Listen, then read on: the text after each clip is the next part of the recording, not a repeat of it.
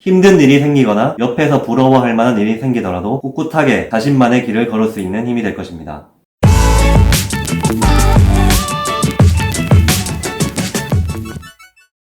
안녕하세요 시청자 여러분, 반갑습니다. 미니멀 라이프 TV의 도영입니다. 미니멀 라이프의 핵심은 자신만의 고유한 행복 추구라고 말씀드렸는데요. 여러분은 어디서 행복을 느끼십니까? 해외여행, 술자리, 회사에서 실적을 인정받거나 좋아하는 사람과의 데이트 등등 다양하실 겁니다. 하지만 이것들이 왜 행복을 주는지, 이것이 진정한 행복은 맞는지 고민해 보셨습니까? 학업에 치이고 일에 치이느라 가끔 느끼는 해방감에서 나온 행복일지도 모릅니다.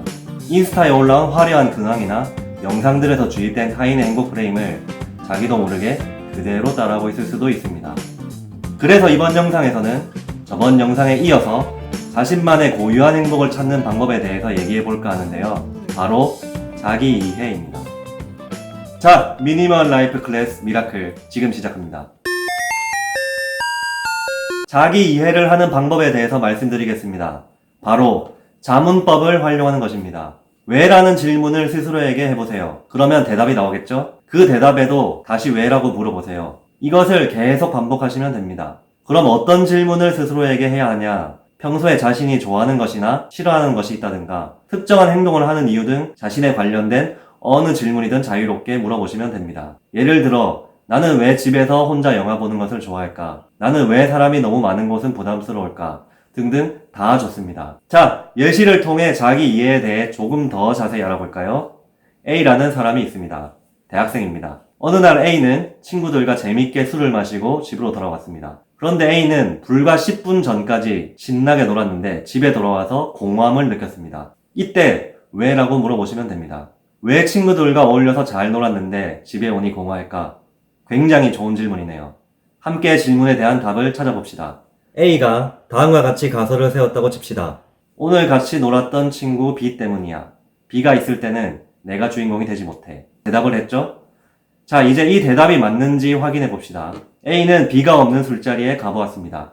그리고 A는 주인공이 되었습니다. 집에 와서도 기분이 좋았습니다. 처음에 한 대답이 맞았네요. 그리고 또 왜? 라고 물어보시면 됩니다. 어떤 질문이 나올 수 있을까요? 첫 번째, 왜 주인공이 되어야 기분이 좋을까? 라는 것이 나올 수 있겠고요. B랑 있으면 나는 왜 주인공이 되지 못할까? 도 나올 수 있겠네요. 이렇게 질문에 대해서 가지를 쳐가면서 계속 질문을 하시면 됩니다. 기존의 답을 찾던 질문 외에 새로운 의문이 생긴다면 또 다른 가지가 생기겠죠? 그리고 이것에 대해 답을 찾으시다 보면 모든 질문에 답할 수 있는 궁극의 대답이 나옵니다. 이 대답이 바로 자기 자신이 어떤 사람인지에 대한 대답입니다. 일단 중요한 것은 질문이나 대답에 정답은 없다는 것입니다.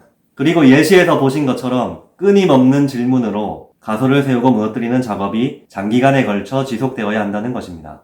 혹시나 자문법을 처음 접하신 분들을 위해 가벼운 팁을 드리도록 하겠습니다. 첫 번째 팁은 서로 상반되는 의문들을 잘 활용하라는 것입니다. 예를 들어, 나는 완벽주의자인데 시험은 벼락치기를 한다. 말이 안 되죠? 답을 찾기가 쉽지는 않겠지만 상반되는 모습 둘 다 자신의 모습이기 때문에 답을 찾을 수 있습니다. 그리고 이렇게 찾은 답이 자기를 이해하는 것에 큰 도움이 됩니다.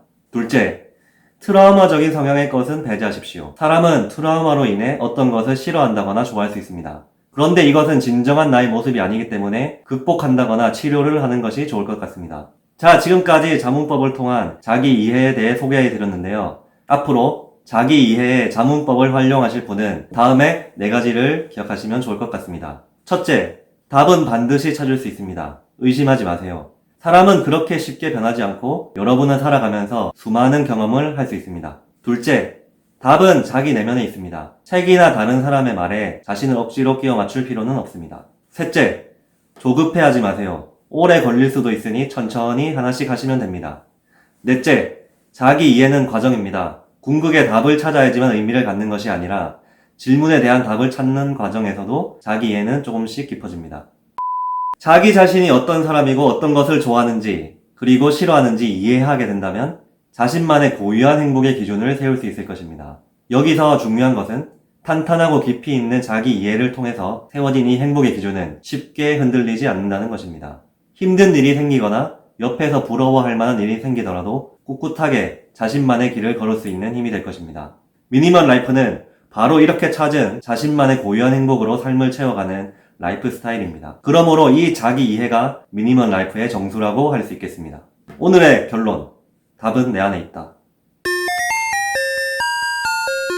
지금까지 미니멀 라이프의 정수, 자기 이해와 전문법에 대해서 간략하게 알아보았습니다. 더 깊이 있는 자기 이해에 대해서는 저희가 수집한 자료와 저희의 경험을 토대로 별도로 영상을 제작할 계획입니다.